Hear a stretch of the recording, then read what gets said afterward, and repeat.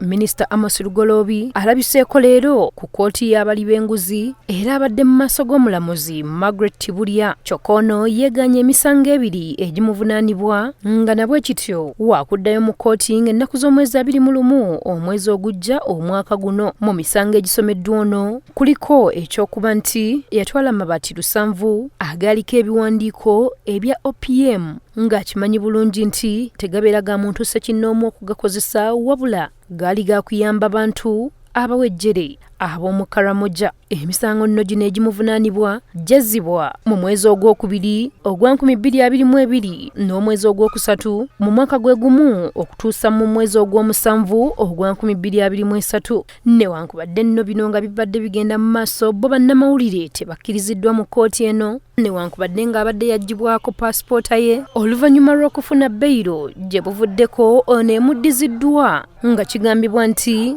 nga minisita alina okukiikirira eggwanga mu ntuulo ez'enjawulo nga kimwetaagisa okubeera n'ebiwandiiko bye okufuluma eggwanga.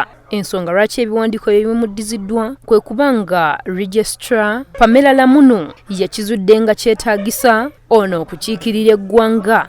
Lugoloobi nno amabaati ye yali yagateeka ku kiyumba eky'embuzi nga nabwe kityo singa omusango guno gunaabeera gumusse mu vvi waakusibwa emyaka 7 oba okuwengasi ey'obukadde bwa Uganda obukunukkiriza mu 4 oba byombi. Ono y'omu ku baminisita 3 abakyawa ennemba n'emisango egy'okukozesa obubi yafeesi yaabwe nga kuliko ne minisita omubezi ow'ensonga z'e Karamoja Agnes Nandutu kw'ossa ne minisita Mary Goreti Kitutu. Nakyeyune Rose, BTM TV Community Report.